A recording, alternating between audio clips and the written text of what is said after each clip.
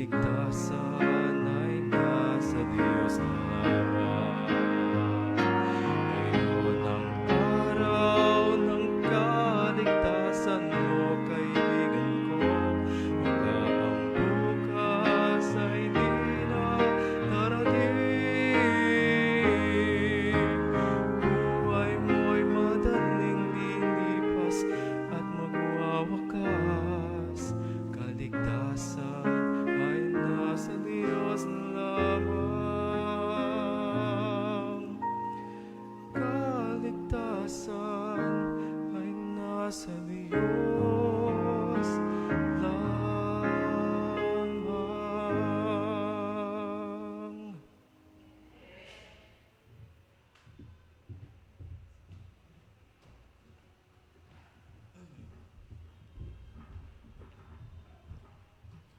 Ayan, maraming salamat, Brother Arlo. Napakaganda ng message ng song po, no? Alam niyo po ba, isa talaga sa nilulook forward ko every Sabbath or every program, yung special number. Talaga excited ako. Ang sarap po kasi makinig. And napaka-talented po, di ba, ng mga Adventist Christians natin. Every Sabbath ba naman, di ba, may kumakanta. So, ayun po. Ako'y kinakabahan. Kahit malamig ay pinapawisan po ako. So, story time, since lagi naman pong nag-share bakit ikaw yung na-feeling speaker for this, lalo po sa mga first-time speaker, and di ko na rin po maalala kasi kailan ako last na nag-speak dito. So, may times po na natanggihan ko yung mga dahil sa work. So ngayon po, si Vero kasi talaga yung sa akin, nasa na si Dico? Wala pa. Pero ayun, si Dico, actually hindi naman biglaan. Parang mga 2 or 3 weeks ago pa naman po ako, ni-reach out ni Dico. Actually din yun nung nag-deacon kami ni Papa, then after mag-pray dito sa likod, binulungan niya, bro, pwede ka speaker sa August 1. Sabi ko, may times po ato na natanggihan ko na si Dico, nahiya na rin po ako, and sabi ko rin sa sarili ko, it's about time. Lagi ko po kasing nafe-feel minsan talaga na parang ang hirap mag-speak dito. Feeling ko po parang deserving ba ako, parang tatayo dun sa pulpito. Ang ideal kasi ng mga speaker, di ba, yung parang isang tanong mo lang about Bible, sagot agad ng ganitong verse. Hindi pa ako ganun, ha? Hopefully, maging ganun balang araw. Pero, ayun po, talagang kinakabahan ako. Chine-check ko yung heart rate ko dito. Ang normal is nasa 60 to 100, pero nasa 100 plus na ako ngayon. So, paki-ready na lang po nung ambulance. Okay. Ayun po. But, sabi ko naman po sa sarili ko din na parang bakit ba ako kinakabahan or ba't ko ba na-feel na parang undeserving? God has been really good to me all throughout my life. So, why not share? May testimony din po. So, before po tayo mag-proceed, let's just bow our heads for prayer. So, dear God in heaven, I know that I'm feeling undeserving right now, pero please, Lord, speak through me and guide me, Lord, na ma-deliver ko po yung message tonight. And nawa po, Lord, ay kapulutan ng aral ito, hindi lamang po ng mga tagapakinig, kundi ako rin po mismo sa sarili ko. Thank you, Lord. We love you. In Jesus' name, Amen. Okay. Playing na ba po ito? Na-disconnect. Wait lang po,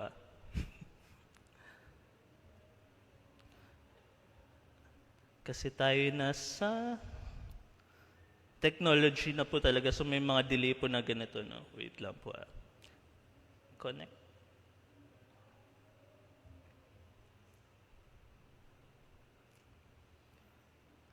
Ayun na, si Satan ata ay ayaw akong pag-speak. Wait lang po, connecting.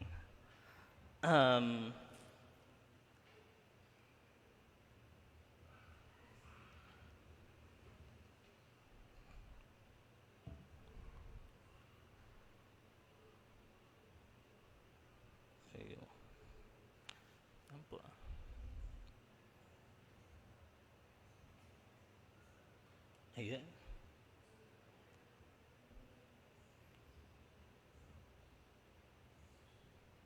Okay, ayan. Thank you. So,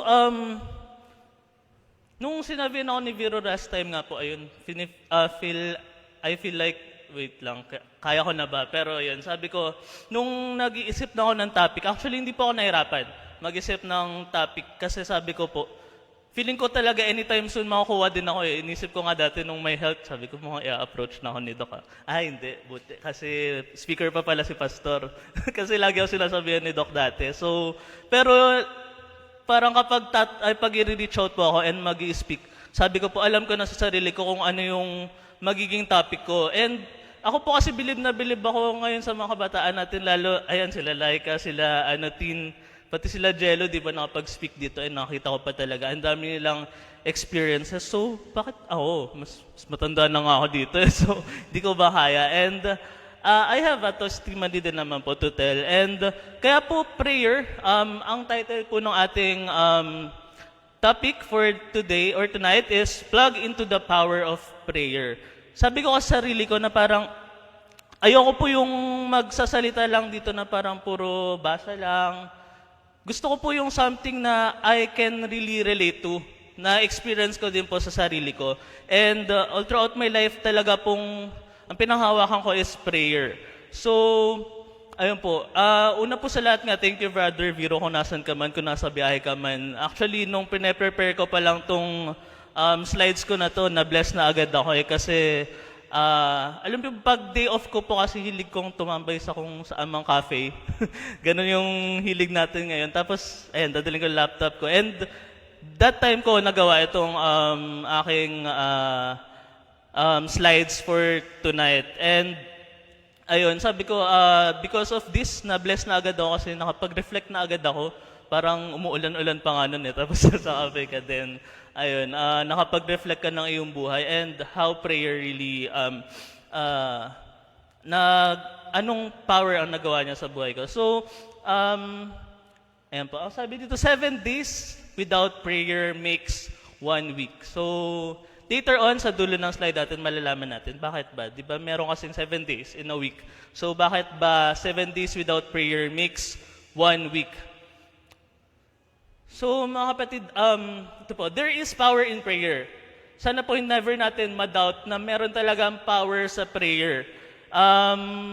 Kung tatanungin ko po kayo, hindi naman kailangan nyo akong sagutin. Sagutin nyo na lang sa inyong mga utak. Pero how often po do we pray? Like once a day ba? Twice a day? Or many times ba a day? More than 3 times a day? Or wag naman po sana na as in wala tayong prayer a day. Hopefully, hindi naman po yun. Pero, ayun, if you know in yourselves naman na po, and you should be honest kasi si God po, alam niya talaga kung ano kung paano tayo nagpipray. And alam ko po, I'm sure po na each and every one of us, talagang we should and could do better in praying. Medyo, ako po ay guilty minsan na kayo rin po ba, parang nakakapag-pray talaga nung as in matindihang prayer no kapag meron lang pong mga trials, mga pinagdadaanan pagsubok sa buhay, health or sa mga maybe in terms of money or kung ano man po. Doon talaga tayo no. Pero kapag yung mga daily natin na talagang routine, parang baka po hindi. I'm speaking for myself. Medyo guilty po talaga ako doon. Pero ayun po, if we could reflect on that, kasi ayun po, the Bible teaches us that we should always be in a spirit and mindset of prayer. So, eto po, what does it mean to pray always? To pray without ceasing. So, pag pray without ceasing po, grabe, as in wala nang tigil. No? So, does this mean daw po ba that we lock ourselves in a room and never comes out? Hindi naman po necessary na ganun. Pero ako po rin, nung nag-aaral nga ako, parang gusto ko talaga ng quiet time. Ako po pag nagpipray din ako, prefer ko talaga yung mga midnight na. Yung, madali po kasi ma-distract, lalo nung nag-aaral din ako sa mga noise outside. So, ang sarap po mag-pray din naman kapag tahimik na tahimik. Sabi dito, does this mean that the only thing in life we are to do is pray? So, ay na lamang po ba? Pray na lang tayo. So, di ba sinasabi rin po, prayer without work is dead? So, we should also work. And sabi po sa Psalms 119 verse 160, the sum of thy word is truth, and every one of their righteousness ordinances endureth forever. So, ang idea po talaga sa prayer is that we learn to always depend on God and always trust in Him, being united with Him. So, Yan po, nakapanipi na siya. Always, hindi lamang po kapag siguro ay feeling lang natin na, okay, hindi ko to kaya, sige. Depend ako kay God ngayon, magpe-pray ako. Pero pag kaya na natin or medyo may times talaga na may overconfidence tayo sa sarili natin, yun, dun tayo tinakaligtaan na mag-depend kay God. Pero yun po, yun yung talagang gustong ma-learn natin sa prayer na dapat nakadepend tayo lahat sa Kanya. Always po. So, nung inisip ko po ito, naalala ko po kasi yung last fellowship natin na speaker din si Doktora dun sa Old PPH, yan po sa Eternal. Simula po kasi nun, meron pong na-add sa prayer ko. And if naalala niyo po yung sermon niya kasi nun na sinasabi is, life is a miracle and every breath we take is a gift from God. So, usually kasi yung prayer natin, di ba parang, Lord, please, sana po ganito, sana magkaroon po ako ng ganito, ganyan. Puro parang request natin, pero nakakalimutan minsan natin na mag-thank you sa Kanya.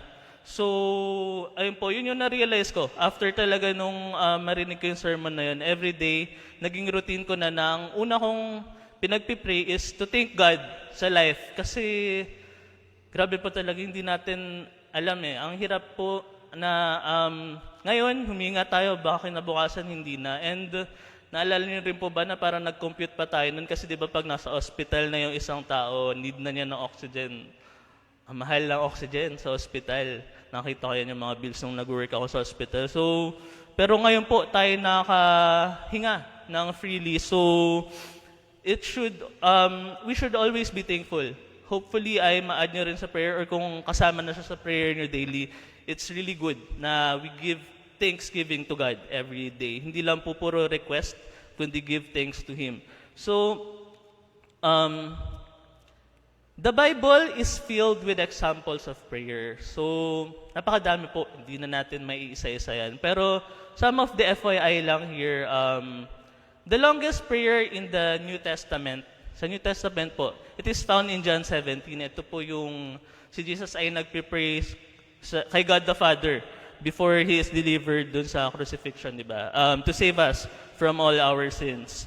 And in terms of the longest prayer naman recorded sa Bible, ito po it's found in Nehemiah 9 verses 5 to 38. So ito naman po, it recounts a long prayer of confession and praise by the Israelites. So ayun po. Nung nabasa ko po ito po, story time naman tayo ha. So, napaisip ako, kailan ba ako last nag-pray ng as in yung super haba na parang talagang super taimtim din. So, kayo po, ayun, tanong ko na lang din sa inyo and sagutin niyo na lang din and try to reflect maybe later on or ngayon. Pero ayun po, nung ako po nag-isip nito, inisip ko po, meron dalawang tumatak sa akin na pinaka-recent naman na mga naging experiences ko. So, syempre, usually po, ayun, yung dati, naalala nyo pa kung nagka-dengue kasi ako dati before munti ka nang kunin ni Lord. So, 3 beses po ako na dengue nun and sabi nila meron 5 klase ng dengue. So, parang nakatatlo na ako. Gusto ata talaga ng lamok yung aking dugo. Marami na kasing nasalin. But, ayun, pero ang isa sa pinaka-recent po na tumatak talaga sa akin na pinakamatagal ako nag-pray is, yung nag-diagnose si mama ng cancer. So, nalala ko talaga, sa mamsi po kasi na-confine si mama nun.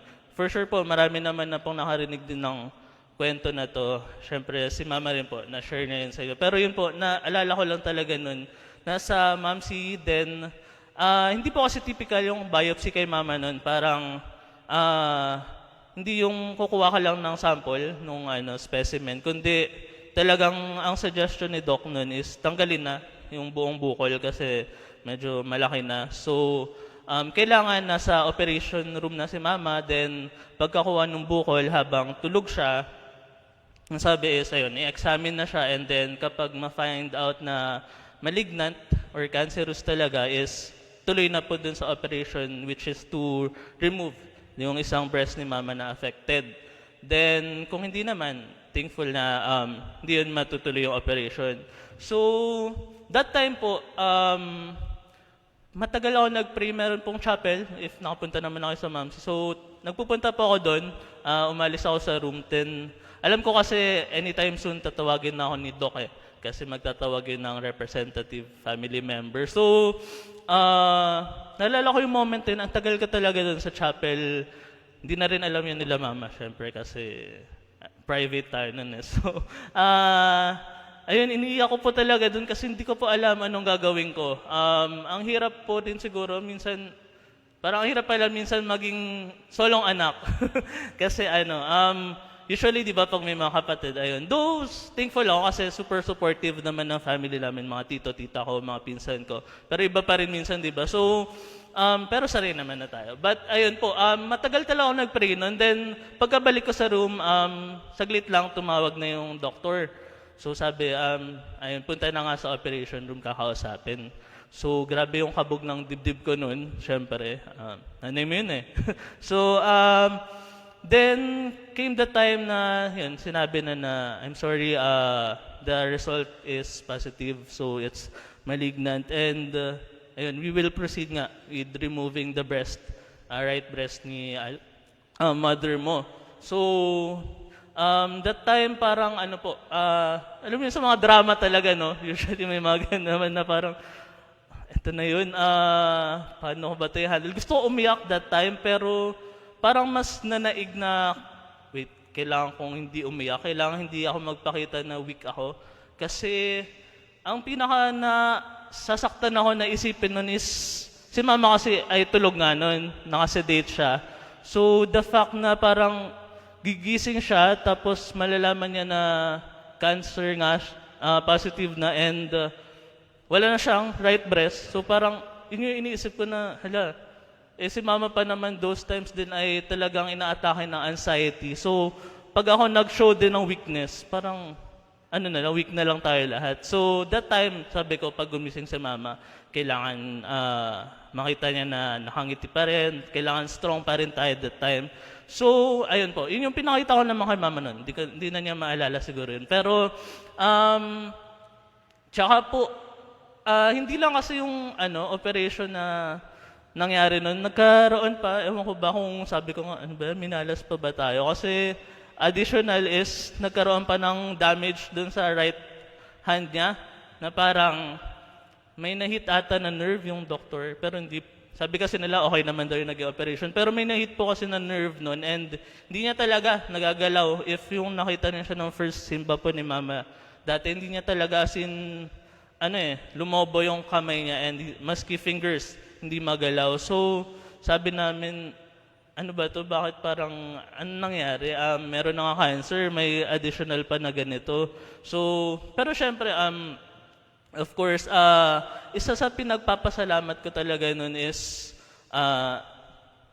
naalala ko talaga, naiyak ako kasi, dito po, sa Imelda, isa po dahil nga sobrang lungkot ko nun and naiiyak-iyak talaga ako. Pero lagi ko pong naririnig na, and ang dami nagme-message sa akin from here sa Imelda Church na, kumusta si mama mo, pinag-pray namin siya nung, Wednesday, sa mga So, thank you lang po ulit kasi, ano ba yan?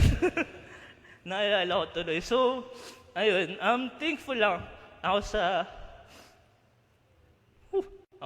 Imelda Church kasi talagang yung prayer nun, isang malaking comfort po sa akin personally. Ayun, so after po kasi, again, parang 4 days, 5 days na nagstay si mama doon sa MAMC and mabot yung bill namin, mga 200K ata yun.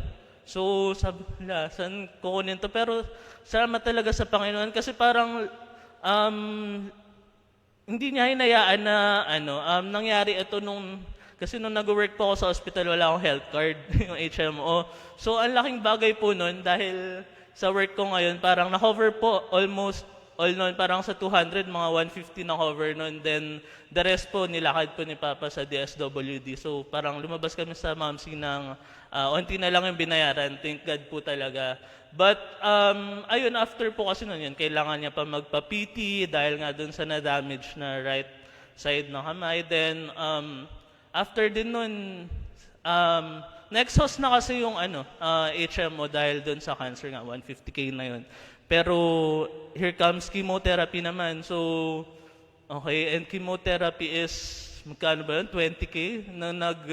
Talagang nagsisearch ako nun sa online, saan ba pinaka may mura, saan ba yung kaya. Kasi somehow gusto ko sana na that time, medyo comfortable na lang kay mama kasi nga, ang hirap na, masama na pakiramdam tapos di pa comfortable. Kaso nung nagsisearch talaga ang hirap kasi ang mahal ng kada session and ilang sessions din po yun, so aabot ng 100K plus and hindi na covered ng card. So thankfully, ayun, ewan ko po, hindi ko na maalala, pero may nagsuggest sa PGH naman napunta. So, ayun po, doon namin nilakad yung chemotherapy ni mama.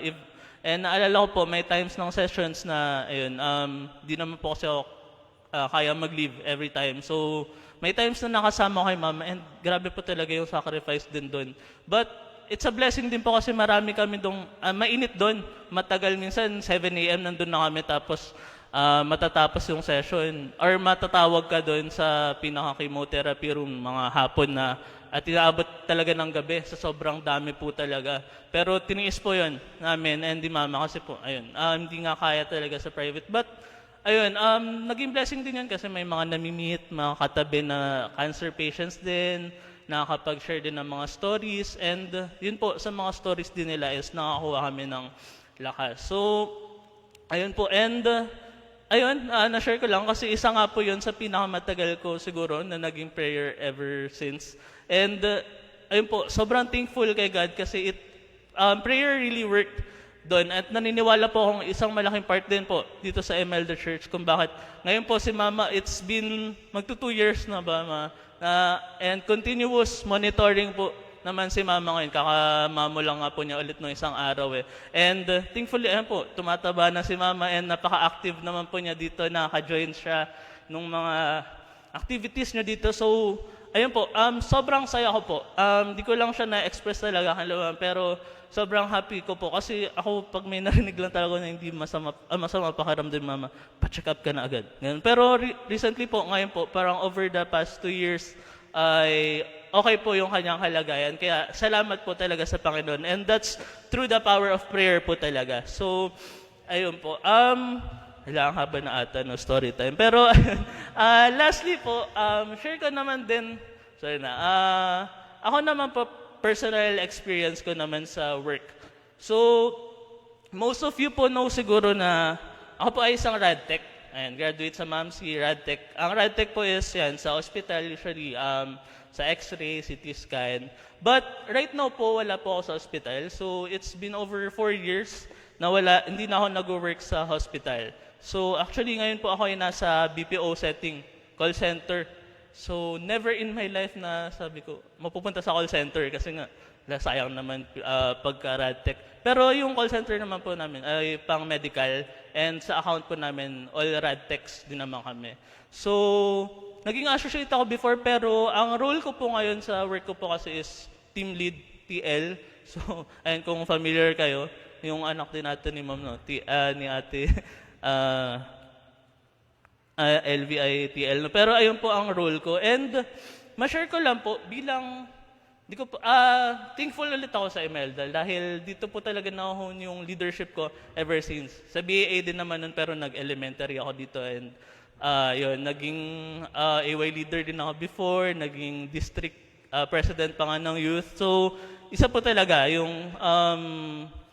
Imelda sa nag-hone sa akin ng leadership. And that's why siguro ay may confidence na rin ako somehow to lead other people. So, bilang team lead po ngayon sa work ko, I have 15 associates under my span.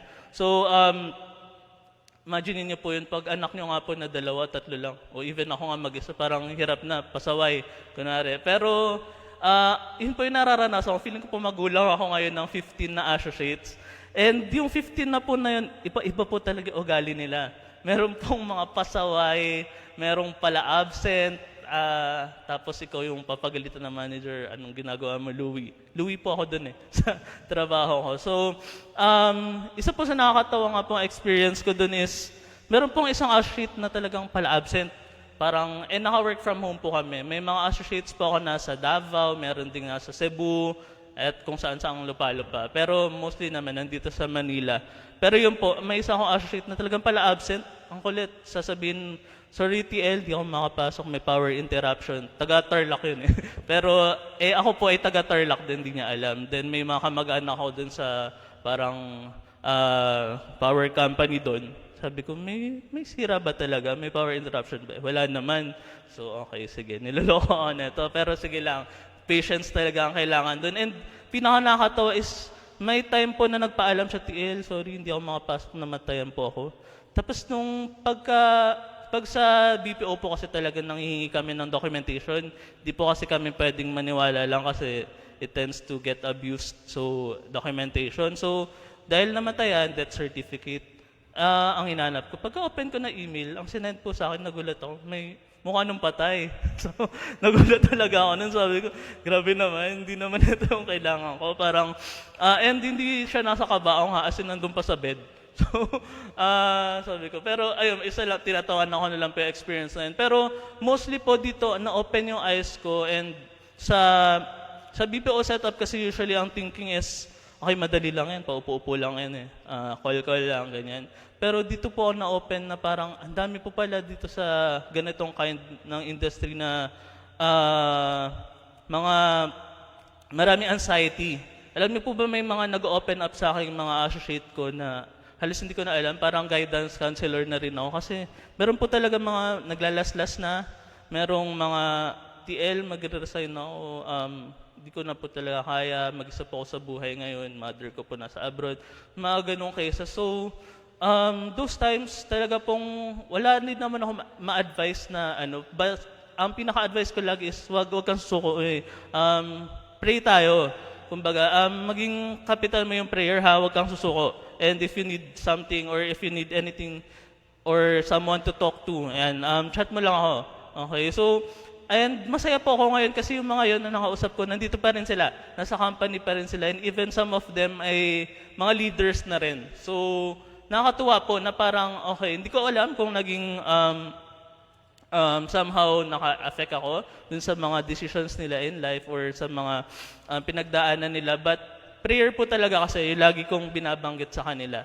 And isa po sa pinakagusto kong i-share is, actually somehow confidential ko nga itong kino-consider. Pero since you're my family naman, so I am gonna share this to you. Hindi ko rin alam kung na-marites na ni Mama dito. Pero just a year ago, or wala pang a year ago, actually August last year, 2024, ako po ay na-suspend po sa work. So, hindi lang po ako, 6 po kami na na-suspend sa work. 2 pong managers ko and 4 po kaming TLs. Tapos po, ang naging case na tagged against us is fraud. Oh, wait lang, wag niyo muna ako i-judge ha.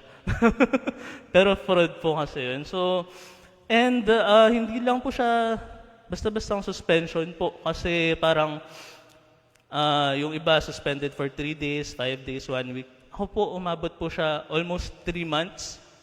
So, ayun po. And yun po rin siguro yung hirap sa industry na pinasukan ko kasi hindi ko po talaga alam, somehow may mga politics pala. And this is more about budgeting na parang naging considered accessory to the crime kami. Grabe, parang criminal. Pero ayun po, tinatawan ako na lang ngayon yan. Pero ayun po, hindi ko na i-specify. Basta po, there's somewhat mismanagement from our managers, 2 manager namin. And ako po kasi sa work namin is puro, sige po, yes po, manager, yes po. Ganon-ganon lang ako. So, pinagalitan ako ng HR nun. Pero, ayun po, tumagal siya ng almost 3 months. And, talaga pong na-question out ko rin yung sarili ko na ano nang gagawin ko. Since sa 3 lang naman po nga kami. But, ako po kasi talaga yung nag-work na lang ngayon since si Papa nga po ay senior citizen na rin and si Mama yan, nagkaroon ng sakit. So, yung first week po na yun talagang hindi ako makatulog. Every wake up ko ng umaga ay naiiyak ako pero hindi naririnig yun ni Mama kasi tinatakpan ko yung ulo ko ng unan eh. Pero umiiyak po talaga ako lalo ng first week kasi po alam ko po sa sarili ko, God knows, wala po talaga akong awareness dun sa nangyari and nadamay nga lang po. And to make the long story short po, sa anim po sa amin na na-suspend, dalawa lang po kami na nabalik. So, hindi ko alam that time kung makakapag-rejoice ako fully kasi somehow yung dalawang manager ko, alam ko, sige, they are more accountable on that. But kaming TLs na parang iba, magkakaparehas lang kami. Pero bakit ako na-retain? Bakit yung dalawang TL hindi na-retain? And up until now, hindi ko po alam yung sagot talaga doon. Pero I just prayed. And naniniwala po ako through prayer po yun. Kasi sabi ko, kailangan ko talaga nung trabaho. I mean, saan ako pupulit ng monthly, pambabayad ko ng monthly bills namin. Niisip ko na agad yun. Nag-overthink na ako ng marami. And sabi ko, hindi ko pa kaya siguro. Actually, nag-reliever ako doon. Nag-search ako sa online, reliever Radtech. Okay. 1 week, nasa MOA ako noon, nakapag-trabaho ako noon. Pero, ayun po, ang layo po kasi talaga nung compensation-wise, from hospital to sa BPO setup, siguro po. Kaya marami ring napupunta sa call center. And it's a blessing naman po. Pero isa po yun, sa pinakamatagal talaga ako nag-pray na parang sabi ko, ang dami kong sacrifices. Alam po yan ng mga workmates ko na I'm really doing my best naman talaga sa work. And hindi po ako naka-reach nung team lead na position din kung hindi ko po inayos yun. Pero at the expense of parang one day, halos po ma-terminate na lang eh. So, natatakot rin po ako na yun na yung maging record ko. Pero di ko naman po talaga ginawa kung ano man yun. But, ayun po, na-share ko lang kasi that time sobrang thankful po ako kay God. And yun po ay prayer din po yung pinangkapitan ko that time. Kaya po, powerful po talaga ang prayer. I can attest you. So, sabi po dito, when we pray, it is not not to just be a wish list, but we are to focus on God as our Heavenly Father and know that He will provide. Yun nga po nabanggit ko kanina, di ba, na parang puro lang tayo kasi wish list yan. May mga listahan tayo na ipipray natin, pero hindi lang po yun. Kailangan natin talaga magtiwala at mag-focus kay God na He will provide. Sabi po dito, who prayed the most in the Bible? And I believe Jesus did. So, si Jesus po hindi lang siya nag-pray sa kanyang sarili. So he prayed for the children, he prayed for us, he prayed for himself. So let us all be like him, di ba? Na parang we should pray for one another then. And the real question is, do we believe it? So many pray, Lord, if you can, Lord, if you find time, Lord, if you are able. So sabi po, a great reminder for us from James 1:7. So kung sino daw po yung mga tao dito na nagda-doubt, while asking God for wisdom, wag na pong mag-expect na makaka-receive siya ng anything from the Lord, di ba?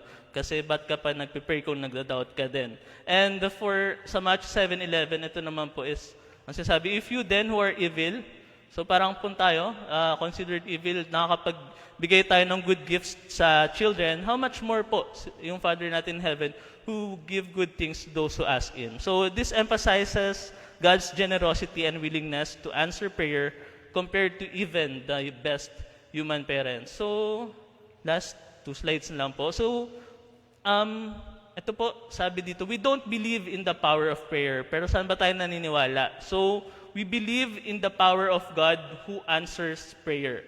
And that's precisely why we pray.